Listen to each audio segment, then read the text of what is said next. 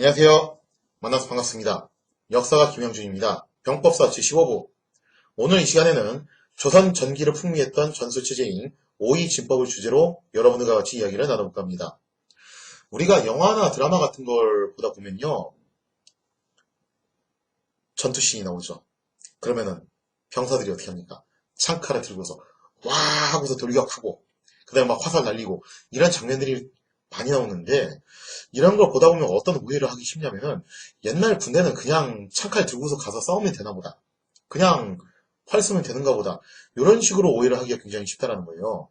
근데 세상 어느 전쟁이든지 간에 그냥 싸우는 건 없어요, 절대로. 전쟁이라는 것은 현재가 중요하고 또 조직력이 굉장히 중요하기 때문에 항상 나름의 전술 체계가 있다는 거죠. 옛날 군대도 마찬가지였어요. 나름의 전술 체계가 있고 병가가 있고 그 병가에 따른 편지가 있다는 거죠. 그래서 그런 것들에 맞춰가지고 싸워야 되는 것이고 특히 옛날 전쟁 같은 경우는 백병전이 많이 일어나기 때문에 대형도 굉장히 중요했어요. 특히 옛날에 사용했던 화기들은 현대에 사용하는 화기에 비해서 성능이 많이 떨어졌기 때문에 대형을 구축해서 싸울 수밖에 없었다는 겁니다. 자, 그래서 우리가 이런 대형들을 드라마에서 거의 묘사를 하지 않다 보니까 옛날 전쟁에서는 그런 거 무시하고서 그냥 막 싸웠다라는 식으로 오해를 하기 쉽지만 실제로는 그런 대형들을 유지하는 것이 굉장히 중요한 관건이었다는 거죠.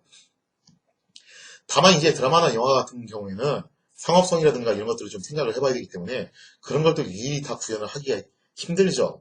또 그 감독이나 PD 분들도 어디까지나 이제 역사에 관심이 있어서 역사물을 찍으시는 거지 거기에 대한 전문가는 아니거든요, 사실은.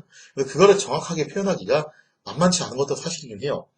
자, 어쨌거나 조선시대에도 당연히 이런 전술 체제, 진법이라는 것이 존재를 했었는데 과연 그 진법은 어떤 것이 있었는가? 우리가 이런 얘기를 하죠. 조선이란 나라를 만든 사람은 이성계지만 조선이란 나라를 설계한 사람은 누구다? 바로 정도전이다. 정도전이 조선이란 나라를 설계한 데 있어서 굉장히 여러 방면에서 중요한 역할을 하는데 이 국방 문제에 있어서도 정도전이 기여한 바가 굉장히 커요. 특히 정도전이 진법이라는 병법서를 저술을 했는데 여기에 근거를 해가지고 조선의 군사 전술 시스템이 완성이 됩니다. 사실상 여기서 골격을 잡아놓고 거기서 이제 세종, 문종 때를 거쳐서 완성도를 높여나가다가 나중에 세조 때에 가서 완전히 정착이 되는 형태로 갔다라는 거죠. 그래서 조선이라는 나라를 놓고 보면요. 거의 구조가 이렇게 흘러가요. 전기의 흐름이 이렇게 가요. 정도전이 먼저 골격을 만들어 놓고 그 위에다가 태종, 세종, 문종 이런 왕들이 무대를 만드는 거예요. 그리고 그 완성된 무대 위에서 공연을 했던 왕들이 누구냐면은 세조하고 성종 이런 왕들이었다는 거죠. 그리고 그 공연을 아주 거하게 하다 말아먹었던 사람이 연산군이고 종종 이후부터는 그 무대가 점점 무너지는 그런 과정이죠. 그러다 이제 양란을 거치면서 다시 새로운 무대가 만들어지는 그런 패턴으로 간다고 보시면 되는데 조선의 국방 시스템도 마찬가지입니다.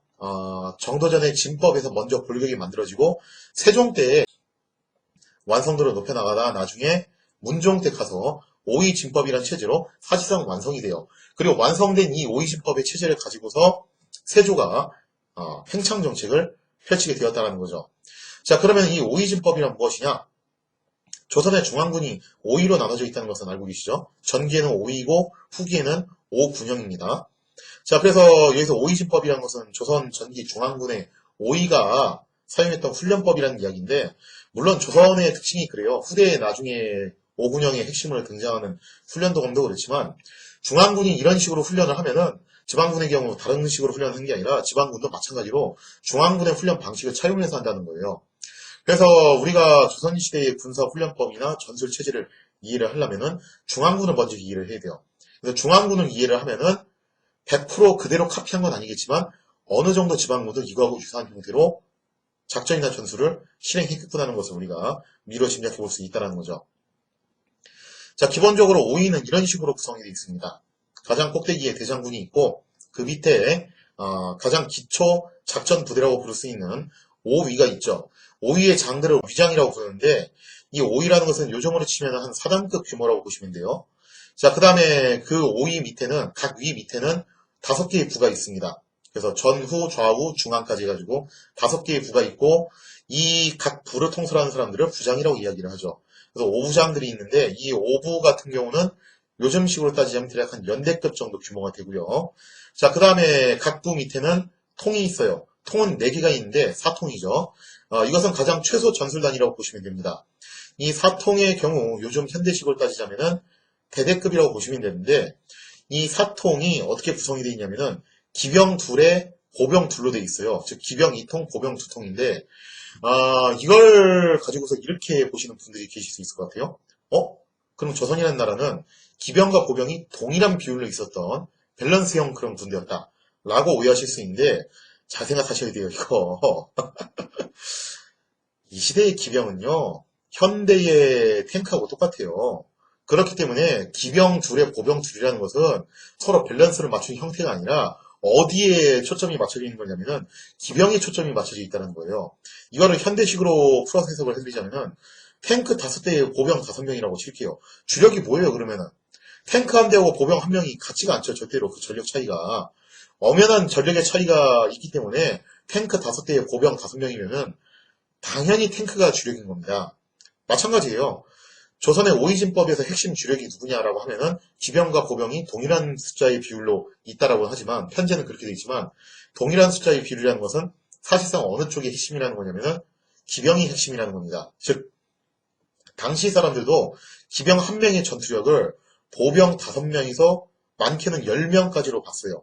그렇기 때문에 오이진법에서 5대5의 비율로 기병과 보병이 존재를 했었다고 하면은 그 기병의 전투력을 보병으로 환산해주면은 보병 25의 전력을 가지고 있다고 볼 수 있죠. 따라서 오이진법의 가장 핵심 전력은 기병이고 결과적으로 기병을 주력으로 하는 전술 체제가 바로 오이진법이라고 볼 수가 있겠습니다. 이 4통 밑에는 다시 또 중대급에 해당하는 여가 있고 그 밑에는 소대급에 해당하는 대가 있고 그 밑에는 군대급에 해당하는 오라는 게 존재를 한다는 거죠. 자, 이런 식으로 구성이 되는 것이 오이진법의 기본적인 편제라고 볼 수 있는데요. 그럼 오이진법을 구성하는 병과들은 어떻게 형성이 됩니다.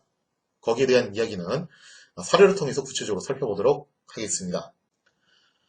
자, 보이시는 사료는 세종실록에 나와 있는 기록인데 이게 엄밀하게 말하면 세종실록의 기록이라기보다는 정도전이 저술했던 진법의 내용 중에서 결진편을 발췌를 해온 거예요. 그래서 그거를 이제 세종실록에 실은 거죠. 자, 일단 그거를 감안을 하고 좀 봐주시고요. 자, 지금 정도전의 진법을 모처로 나중에 문종 때 오이진법이 만들어지게 되고 이것이 사실상 이제 세조 때 완벽하게 완비가 되면서 군사적으로 굉장히 많이 활용이 됩니다. 그러면은 각 병과가 어떤 식으로 구성이 되어 있는지 한번 사료를 통해서 살펴보도록 하겠습니다. 무릇 진치는 데는 각 진영의 바깥쪽에 방패를 연이어 배치하고 다음에는 창과 장검이요. 다음에는 화통과 궁수요. 다음에 창 가진 기병과 활 가진 기병이 진 안에 버리어 서는데 안팎의 진이 다 그리한다 라고 되어 있죠. 자, 보병 병과와 기병 병과가 어떤 식으로 차이가 나는지를 살펴볼 수가 있는데요. 일단 보병은 방어를 담당하는 병과죠. 그리고 공격은 기병이 이제 담당을 하는 그런 구조로 되어 있고요. 자, 그래서 일단 보병 같은 경우도 그 안에 구체적인 병과가 5개로 나눠져 있습니다. 첫째로는 방패수입니다. 그래서 가장 앞쪽에는 방패수를 배치를 하는 건데 이 방패수들은 중장보병들이요. 갑옷을 입고 그 다음에 방패를 들고 보통 이제 환도 같은 걸로 무장을 하고 있는 그런 방패수들이 최전방에 배치가 된다는 거죠. 그 다음에 방패수 뒤에는 장창병과 장검병이 배치가 되어 있는데 조선의 장창병이라고 하면은 에스파냐 테르시오의 장창병이라든가 아니면 일본 아시가루의 장창병처럼 길이가 굉장히 긴 창을 쓰지는 않았어요. 대략 한 3m 이내에 비교적 짧은 창을 사용을 했습니다. 그래서 장창병들이 바로 그 방패수 뒤에 대기를 하고 있는데 어떻게 보면 이게 뭐하고 좀 많이 유사하냐면은 옛날에 이제 고대 그리스 군대가 썼던 팔랑크스 대형 있잖아요. 그거하고 똑같다고 말할 수는 없지만 좀 유사하다고 볼 수 있어요.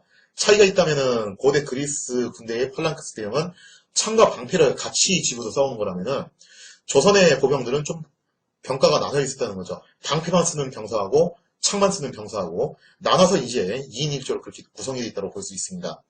그럼 적군이 돌격해 들어오면은 방패가 그거를 막아내고 그 뒤에서 창으로 찔러가는 구조인데 문제가 있죠.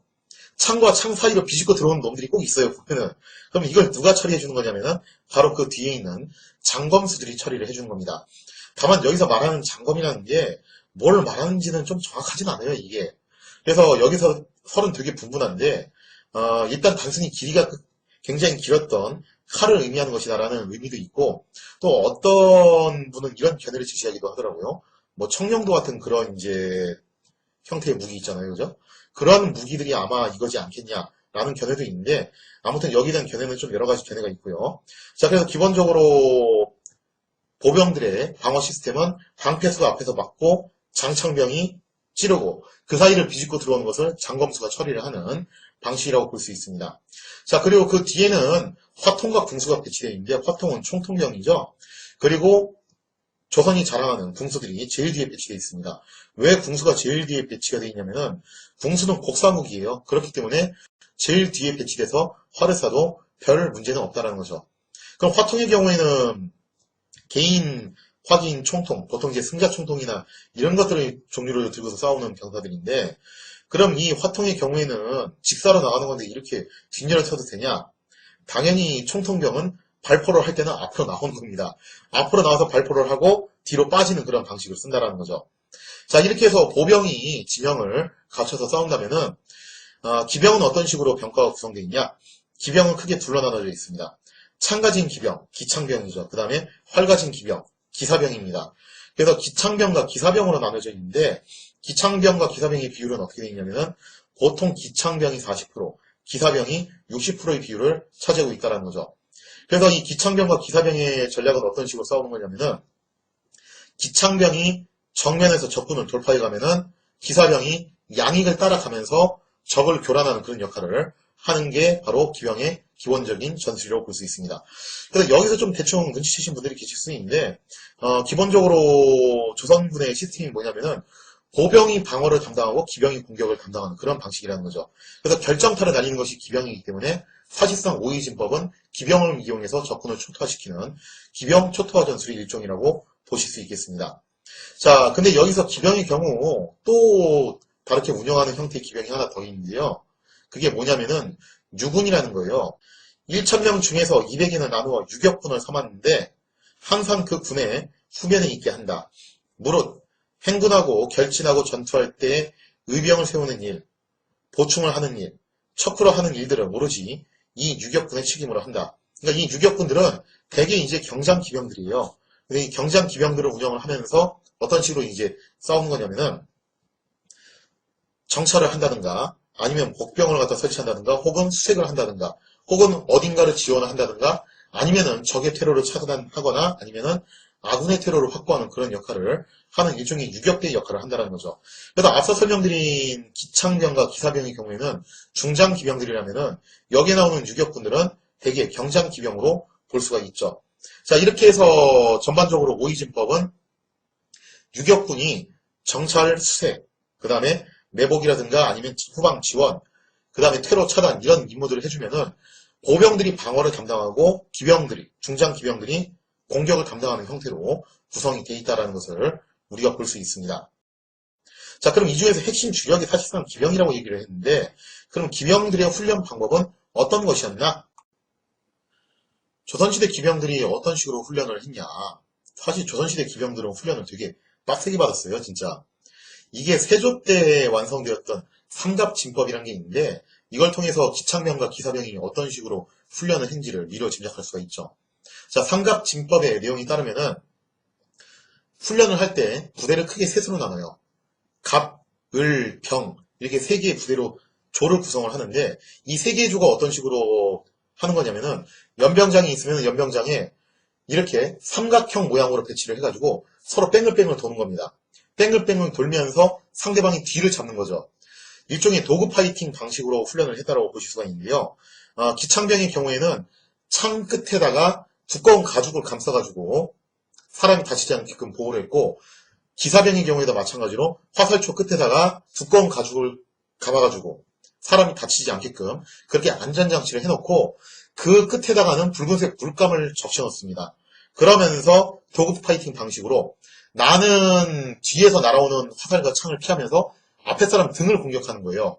그리고 앞에 사람은 어떻게 하는 겁니까? 당연히 내가 날리는 화살과 창을 피하면서 자기 앞에 사람 등을 공격하는 거예요. 그런 식으로 뺑글뺑글 도는 방식으로 훈련을 했던 것이 바로 삼갑진법이라는 거죠.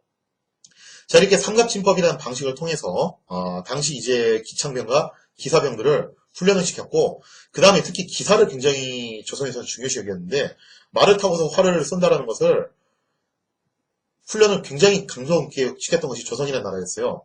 그래서 이 기동사격 훈련을 할 때도 어떤 식으로 사격을 했냐? 표적지가 있어요. 그걸 달려가면서 한 발 탁 쏘는 게 조선의 훈련법이 아니고, 표적지를 어떤 식으로 세우냐면은 좌우로 세워요. 왼쪽에도 있고 오른쪽에도 있고. 그러면은 기병이 어떻게 하냐면은 달려가면서 왼쪽으로 한 발 쏘고 오른쪽으로 한 발 쏘고, 그런 식으로 정신없이 쏘면서 달려가는 것이 조선의 기동사격 훈련 방법이었다는 거죠. 자, 이것도 어느 정도로 까다롭게 했냐면은, 일단 첫째, 사격을 하는데 말을 천천히 달렸다. 안 됩니다. 이 사격 훈련을 할 때 물자동 시계를 가지고 와요. 그걸 가지고 와가지고 시간을 재요. 그래서 제한 시간 내에 통과를 하게끔 하는 겁니다. 그래서 제한 시간 내에 통과를 하지 않으면 아무리 백발백중했어도 그거는 무효라는 거죠. 그 다음에 두 번째, 자, 표적 사격을 할 때 활을 당겨서 쏴야 되잖아요. 근데 이게 맞추기는 맞췄는데 당길 때 좀 세게 안 당겼다. 그럼 역시 이것도 무효로 친다라는 거죠. 자, 그리고 또 이제 달리면서 말고비를 너무 좀 일찍 놓쳤다든가, 혹은 중간에 이제 채찍을 놓쳤다든가 하는 방식의 그런 이제 가산점이라든가 이런 것들 기준이 다 있기 때문에 굉장히 까다로운 방식으로 훈련을 시켰던 것이 조선 기병의 기동사격 훈련이라고 볼 수가 있습니다. 자, 이런 식으로 상당히 까다롭게 훈련시킨 병종들이었기 때문에 조선의 기병들은요, 적어도 성종 초기까지는 굉장히 강력한 전투력을 보유했다고 볼 수 있습니다. 나중에 임진왜란 때 조선의 국방체계가 많이 무너졌을 때도 조선이 뭐만큼은 계속 이제 유지를 시키려고 노력을 했냐면은 기병만큼은 전투력을 유지시키려고 노력을 많이 했어요. 그래서 제가 예전에 이제 양인개병제가 어떻게 허물어졌는가 그 과정을 설명드릴 때도 언뜻 말씀드렸다시피, 보병은 자벽부대화 되는 것을 사실상 눈 감고 보기는 했어도 기병만큼은 어떻게든 통치를 하려고 노력을 했다는 거죠. 그리고 실제로 임진왜란 직전까지 국지전은 계속 일어났어요. 그리고 그 국지전 때마다 중앙에 있는 기병과 그 다음에 국경지대를 수비하는 기병들은 계속 전투를 참전을 했기 때문에 나름의 실전 경험을 갖고 있는 정예병의 성격을 갖고 있는 것이 조선 전기의 기병이었다고 볼 수 있습니다. 자, 조선 기병의 그런 군마에 대해서 좀 한번 알아볼 필요가 있는데, 일본에 대해서 제가 이 얘기를 했었죠. 일본의 기병은 병가로서의 기병은 없었고 기마무사가 있었다. 그리고 그 기마무사들도 말의 체구가 하도 작아가지고 돌파력이 약했기 때문에 실전에서는 말에서 내려서 싸우든지 아니면은 설사 말을 타고 싸웠어도 서양의 기사만큼 그런 강력한 돌파력을 자랑하지 못했을 것이다. 그럼 조선의 기병들이 사용했던 군마는 어떠했냐? 사실 일본의 군마가 어디서 품종을 받아온 거냐면은 한반도에서 받아온 거예요. 그러면은 조선의 군마도 과하마라고 아시잖아요, 그죠? 그렇게 크기가 크진 않아요. 그럼 이렇게 크기가 작은, 체구가 작은 말을 타고 다니는데 과연 그런 돌파력이 나왔냐라는 거죠. 자, 그래서 언뜻 생각해보면 조선의 기병도 일본의 기병처럼 돌파력도 약하고, 그래서 혹시 이거 말에서 내려서 싸운 거 아니냐, 그런 이제 의구심이 들 수도 있는데 그렇지는 않았던 게, 다시 말씀드리지만 조선은 기병을 가장 주력군으로 생각을 했습니다. 그래서 기병에 대해서만큼 관리를 상당히 철저히 했다는 거예요.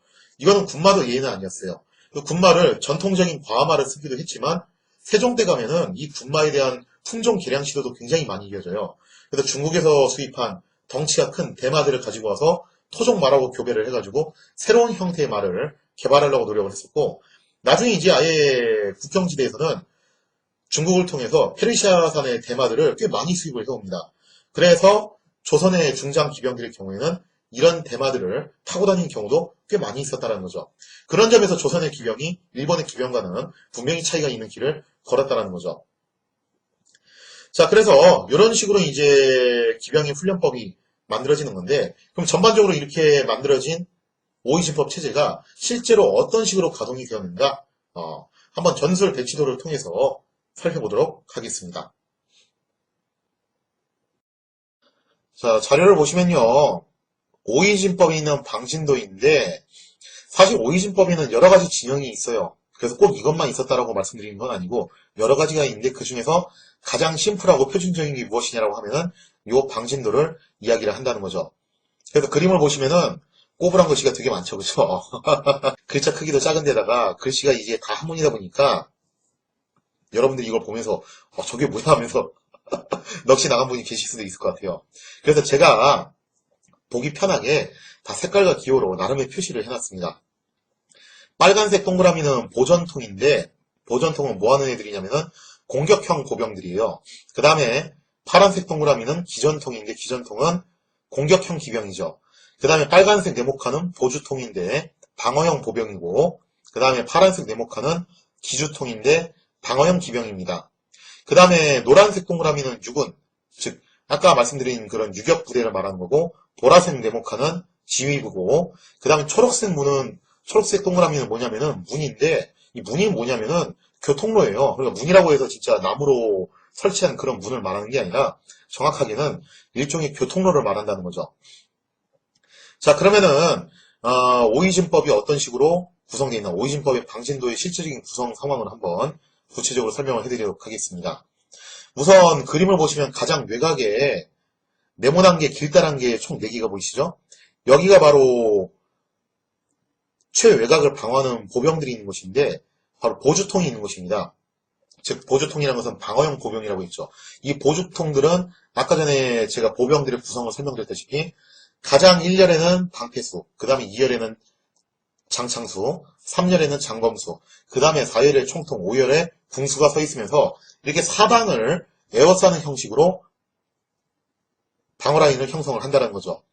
그 안에 보시면은 빨간색 동그라미가 동서남북으로 4개가 보이실 거예요. 그 4개의 동그라미는 보전통인데 이 보전통들은 뭐하는 병사들이냐면은 기병이 돌격을 해가요. 그러면은 기병의 뒤를 누군가가 또 서포트를 해줘야 되잖아요. 그 서포트를 해주는 역할이 바로 이 보주통입니다. 즉 맨 앞을 지키는 그 사각형 모양의 보주통 애들이 서포트를 하는 게 아니라 그 뒤에 동그라미 4개 있죠. 그죠? 빨간색 동그라미 4개의 보전통들이 서포트를 하는 역할을 한다는 거죠. 자, 그러면은 그 왼쪽에 보시면은 파란색 동그라미가 있죠. 그 옆쪽에 보시면은 파란색 동그라미들이 있는데 이 파란색 동그라미들이 기전통이에요. 공격형 기병이죠. 즉 적군이 쳐들어옵니다. 그럼 그거를 가장 외곽에 있는 보병들이 막아내면은 이제는 이 파란색 동그라미에 있는 기병들이 공격을 해나가는 건데 이 파란색 동그라미에 있는 기병, 기전통들이 공격을 해나가면은 빨간색 동그라미인 보전통이 뒤따라가면서 서포트를 해주는 것, 그런 형식으로 간다는 거죠. 또 돌격을 해갈 때는 기창병이 정 가운데로 돌파를 하고 기사병들이 양옆 사이드를 커버를 치게 되고 그 다음에 그 후면을 보병들이 따라가면서 서포트를 해주는 건데 이때 보전통은 주로 어떤 병사들이 많이 따라가냐면은 뭐 총통이나 궁수나 이런 애들보다도 장창수들이 그 뒤를 많이 따라가게 된다는 거죠. 자, 그 다음에 파란색 동그라미 옆에 보면은 파란색 네모가 있죠. 이 파란색 네모는 기주통인데 이 기주통이 하는 역할은 뭐냐면은 방어형 기병이에요. 무슨 얘기냐면은 보병들이 방어를 해내고 있는데 맨 앞에 있는 보주통들이죠. 그죠? 보주통들이 방어를 해내고 있는데 좀 밀리고 있다. 그럼 이거를 누가 가서 또 서포트를 해주는 거냐면은 기주통이라고 불리는 방어형 기병들이 가서 서포트를 해주는 역할을 한다는 겁니다. 그렇게 유기적으로 방어와 공격, 공수전환이 되게끔 하는 건데 이거를 실질적으로 또 지휘를 해주는 사람들이 누구냐면은 컨트롤 해주는 컨트롤 타워가 필요하죠. 그 컨트롤 타워가 뭐냐면은 지금 보라색 네모칸이 동서남북으로 또 설치가 되어 있어요. 그 동서남북으로 설치되어 있는 보라색 네모칸들 보시면요. 한번으로 뭐라고 써있냐면은 가장 북쪽에 전부장, 서쪽에는 좌부장, 아래쪽에는 후부장, 그 다음에 오른쪽에는 우부장이라고 되어 있습니다. 그리고 가운데 중부장까지 합쳐가지고 총 5개의 부장이 있다는 거죠. 이 부장들이 각 방면을 컨트롤하면서 판단을 내리는 거예요. 적군이 몰려오고 있다. 보주통이 막아라. 어느 쪽이 좀 밀리고 있는 거 같네? 야, 기주통 가서 지원해. 적군이 물러간다. 기전통 출격해라. 그리고 보전통도 가서 서포트를 해줘라. 이런 식으로 하는 거예요. 그런 컨트롤 타워 역할을 해주는 것이 바로 오부장의 역할입니다. 그리고 오부장 주변에는 다시 또 뭐가 있냐면은 보주통, 기주통, 그 다음에 기전통, 보전통 등의 예비부대가 다시 또 거기에 있어요. 그래서 이 예비부대가 후방에 한 번 더 존재를 하면서 밀리는 지역 혹은 또 지원이 필요한 지역을 다시 또 재서포트하게끔 돼 있다는 거죠. 그리고 이 예비부대가 하는 역할은 또 뭐가 있냐면은 지휘부를 보호하는 역할도 어느 정도 하고 있습니다. 그 예비부대 안쪽에 뭐가 위치해 있냐면은 지휘부가 위치해 있는데 자, 지휘부의 구성을 보면 그렇죠. 가장 가운데에 대장이 있고 그 다음에 그 왼쪽에 보시면 유군장이 있고 이 유군장은 유격부대를 담당하는 장수죠. 그 다음에 이제 위장이 있고 중군장이 있습니다. 이런 지휘부가 있고 지휘부 바로 옆에는 또 누가 있냐면은 유격부대가 존재를 한다는 거죠. 왜 유격부대가 지휘부 바로 근처에 있냐면은 지휘부가 보고서 판단을 하고 그때그때 적재적소에 따라서 투입을 시키기 위해서입니다. 그러면 이 유격부대, 유군이 하는 역할이 무엇이냐? 기본적으로 유군이 하는 역할은 척후 역할이 일단 가장 중요해요. 그래서 지형을 정탐한다든가 적정을 탐색하거나 혹은 매복된 지역을 수색을 한다든가 그런 역할이 유군의 가장 기본적인 역할이라는 거죠. 그래서 보통 이제 사극 드라마 같은 거 보면은 장군들이 명령 내릴 때 그죠? 발포하라 막 이렇게 얘기를 하고 돌격하라 하고 하는데 그 뭐 사극이니까 그런 거고 실제로는 어떤 식으로 하는 거냐면 다 북이라든가 진이라든가 혹은 이제 나팔이라든가 깃발 수신호 이런 걸 가지고도 전부 명령을 내리는 거예요. 그래서 이 유군이 하는 중요한 역할이 바로 척후인데 척후는 항상 심리 밖까지 나가서 하게 되어 있습니다. 그러면서 이제 수색을 하게 되어 있는데 수색해서 나온 결과물을 물론 이제 달려와서 보고를 하겠지만 보고하기 전에 미리 알려주는 용도로 깃발 수신호를 많이 쓴다는 거예요. 예를 들자면은 적색 깃발을 꺼내들었다. 그러면은 요 앞에 언덕길이 있다는 뜻입니다. 그 다음에 황색 깃발을 꺼내들었다. 그러면 요 앞에 좁은 길이 있다는 거예요. 좁은 길이 있으니까 매복을 주의한다는 뜻이죠. 혹은 병목 현상을 주의한다든가. 그 다음에 흰색 깃발을 든다 하면은 이거는 적군을 발견했다는 뜻이고 흑색 깃발을 들었다 하면은 앞에 하천이 있다는 뜻이에요. 그래서 이런 식으로 대강의 적정을 탐색을 해가지고 깃발을 통해서 알려주고 뭐 자세한 내용은 달려와서 장수들에게 보고를 해줬겠죠. 자, 그 다음에 여기에 맞춰서 장수들이 행군도 하고 진영도 치고 전투도 개시하고 하는 건데 만약에 아군이 좀 밀리는 상황이 생겼다. 그럼 그 밀리는 지역을 지원을 하는 역할도 역시 유군이 하는 거고 그 다음에 적군이 도망을 친다. 그럼 앞질러 가서 적군의 퇴로를 차단하는 역할도 유군이 하는 겁니다. 반대로 아군이 퇴각을 해야 된다. 그러면 아군의 후위를 막아주는 역할도 역시 유군이 한다는 거죠. 그런 식으로 기동타격 형식의 임무를 수행하는 것이 바로 유군이기 때문에 이 유군의 경우에는 바로 지휘부 근처에 위치할 수밖에 없다는 거죠. 자, 이상의 내용을 통해서 오이진법의 방진도가 어떤 식으로 구성되어 있는가 거기에 대한 이야기를 한번 살펴봤습니다. 오이진법의 구성을 놓고 보시면은 감을 잡으신 분도 계시겠지만 이게 공격형 전술은 아니에요. 즉 방어형 전술이 좀 가깝다는 거죠. 어떤 식으로 전반적으로 운영이 되는 거냐면은 적군이 쳐들어오면은 보병을 통해서 방어를 하고 그 다음에 방어가 끝나면 다시 또 기병을 통해서 역습을 한다는 겁니다. 물론 보병만 방어를 하는 건 아니에요. 기병의 경우에도 기주통이라는 방어형 기병 부대가 있다고 했죠. 이 방어형 기병 부대가 보병들을 후방에서 서포트해주는 역할을 하는 거고 공격을 할 때도 당연히 기병만 가지고 하는 건 아닙니다. 공격형 보병 부대가 있다고 했죠. 그래서 보전통들이 기병들의 후방을 서포트해준다는 거죠. 이것뿐만 아니라 유격부대라고 불리는 유군이 존재를 하면서 정찰 수색을 하기도 하고 그 다음에 적의 테러를 차단하거나 아군을 서포트하는 역할을 하면서 유기적으로 운영되는 것이 바로 오이진법의 방진도의 핵심이라는 거죠. 그래서 이 방진도에서 가장 파괴적인 공격을 담당하면서 결정타를 날리는 것이 기병이에요. 그렇기 때문에 오이진법은 기병 초토화 전술이라고 볼 수도 있지만 일단 기본적으로 선제 공격을 가하는 그런 진영이라기보다는 적의 공격을 한번 받아주고 맞고 난 다음에 역습으로 카운터를 날리는 그런 형식의 진영이라고 볼 수가 있겠죠. 왜 이런 식의 진영이 나왔냐? 이유는 간단해요. 제가 예전에 한번 그런 얘기 드린 적 있어요. 주적관이 중요하다. 뭐 정신교육하려고 제가 주적관 얘기하는 게 아니라 주적이 누구냐에 따라서 국방 시스템도 거기에 맞춰서 달라지는 거지만 군대의 전술 시스템도 거기에 맞춰서 달라지는 거예요. 조선의 주적이 누구였냐면은 주적이 여진족과 외구였습니다. 그리고 여진족과 외구는 사실 준비된 그런 방어 요새라든가 아니면은 정규 군대하고는 제대로 싸우진 않아요. 그런 부대하고는 싸워서는 승산이 없다는 게 자기들이 잘 알기 때문에 그런 부대가 나타나면은 대강 싸우는 척하고 도망가는 게 거의 일반적이었다는 거죠. 그래서 여진족과 외구의 기본적인 작전은 뭐냐면은 최대한 그런 요새나 정규 전투 부대를 피해가지고 회피를 해서 방어가 취약한 지점을 공격해서 거기서 약탈을 하는 털어먹는 게 목적인 애들이 바로 얘들이라는 거죠. 그래서 터는 게 목적이다 보니까 모든 여진족과 외구가 무장 상태가 다 나쁜 건 아니었어요. 물론 일부 중무장을 한 병사들도 있었지만 대체로 여진족과 외구들은 경무장을 한 경우가 많았고 무기도 사실 질적인 수준이 많이 좀 약했다는 거죠. 그래서 이런 애들을 상대를 할 때 조선군이 어떤 식으로 싸우면 좋을 것인가를 생각을 해보니까 일단 보병을 통해서 한번 방어를 하자. 방어를 해가지고 그럼 적군들의 성향이 그렇단 말이야. 한번 딱 찔러보고 이거 좀 방어가 단단하다 싶으면은 굳이 우리가 여기랑 싸울 필요가 없겠네 하고서 피해서 딴 데로 간다는 거예요. 그래서 피해서 딴 데로 가려고 할 때 그때를 노려가지고 역습 카운터를 날려서 기병으로 싹 쓸어버리는 그런 방식이 바로 오이진법의 핵심이라고 볼 수가 있죠. 자, 그렇기 때문에 오이진법에서 적에게 결정타를 날려서 적의 숨통을 끊어야 되는 역할을 기병이 해야 되고, 특히 이 기병들의 경우 어떤 식의 기병들이 많이 양산이 될 수밖에 없냐면 중장 기병들이 많이 양산이 될 수밖에 없다는 거죠. 왜냐?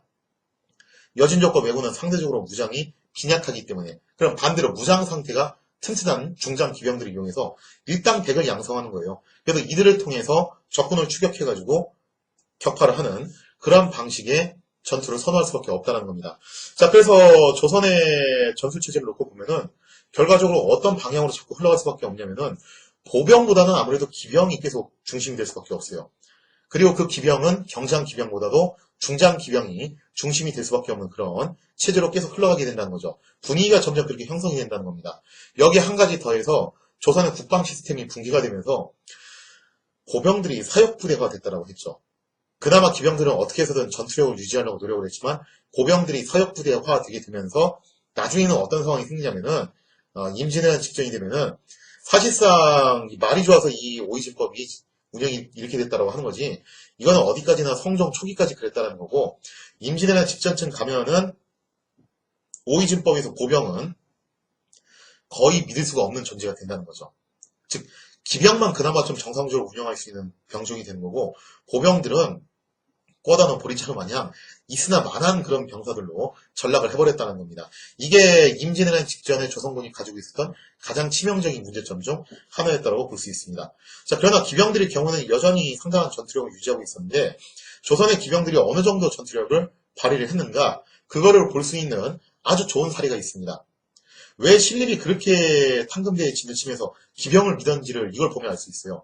바로 이탄계의 난이라는 사건이죠. 이 이탄계의 난 때 함경도 국경지를 지키는 기병과 중앙에서 파견된 기병들이 맹활약을 하게 됐는데 과연 그러면 이탄계의 난을 통해서 실제로 조선의 기병이 어떤 전투 성과를 보였는가 거기에 대한 이야기는 다음 시간에 들어보도록 하겠습니다.